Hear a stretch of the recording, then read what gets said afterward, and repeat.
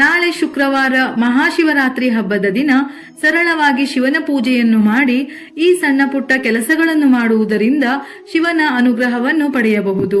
ಮಹಾಶಿವರಾತ್ರಿಯಂದು ಸ್ನಾನ ಮಾಡುವ ನೀರಿಗೆ ಸ್ವಲ್ಪ ಕಲ್ಲು ಉಪ್ಪು ಅಥವಾ ಕಪ್ಪು ಎಳ್ಳನ್ನು ಸೇರಿಸಿ ಸ್ನಾನ ಮಾಡಿದರೆ ನಕಾರಾತ್ಮಕ ಶಕ್ತಿಯು ನಿವಾರಣೆಯಾಗಿ ದೇಹ ಶುದ್ಧಿಯಾಗುತ್ತದೆ.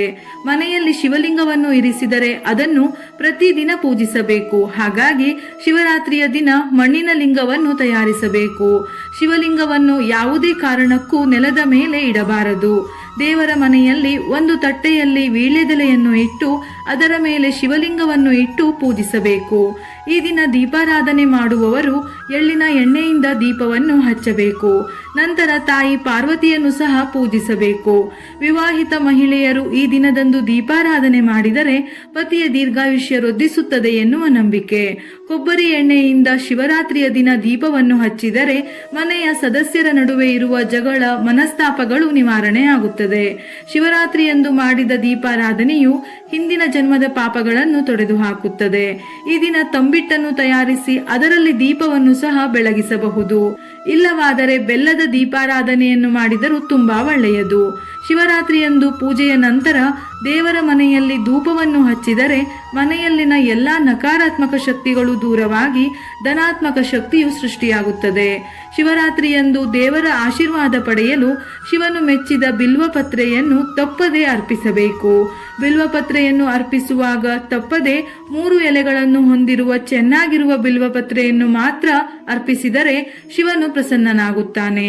ನಿಮ್ಮ ಜೀವನದಲ್ಲಿನ ಅಡೆತಡೆಗಳನ್ನು ನಿವಾರಿಸುತ್ತಾನೆ. ಈ ದಿನ ಸಂಜೆ ನಿಮ್ಮ ಮನೆಯ ಬಾಗಿಲಿನ 2 ಬದಿಗಳಲ್ಲೂ ದೀಪಗಳನ್ನು ಬೆಳಗಿಸುವುದು ಉತ್ತಮ. ಈ ದಿನ ದೇವರ ನೈವೇದ್ಯಕ್ಕೆ ಬಾಳೆಹಣ್ಣು, ಹಾಲಿನಿಂದ ತಯಾರಿಸಿದ ಖಾದ್ಯಗಳು, ತಂಬಿಟ್ಟನ್ನು ನೈವೇದ್ಯ ಮಾಡಬಹುದು. ಯಾವುದು ಸಾಧ್ಯವಿಲ್ಲವೆಂದಾದರೆ 1 ಹಿಡಿ ಬೆಲ್ಲವನ್ನು ಸಹ ನೈವೇದ್ಯ ಮಾಡಬಹುದು.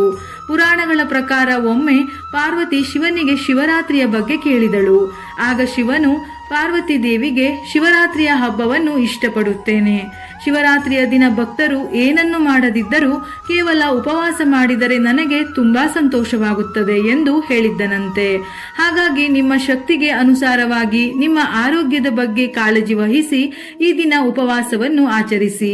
ಶಿವಲಿಂಗಕ್ಕೆ ಕಬ್ಬಿನ ರಸದಿಂದ ಅಭಿಷೇಕ ಮಾಡಿದರೆ ದಾಂಪತ್ಯ ಜೀವನದಲ್ಲಿದ್ದ ಅಡೆತಡೆಗಳು ನಿವಾರಣೆಯಾಗಿ ಸುಖ ಸಂತೋಷ ನೆಲೆಸುತ್ತದೆ.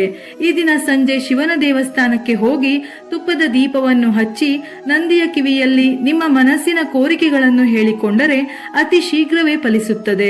ಆರ್ಥಿಕ ಸಮಸ್ಯೆಗಳು ಕೂಡ ನಿವಾರಣೆ ಆಗುತ್ತದೆ.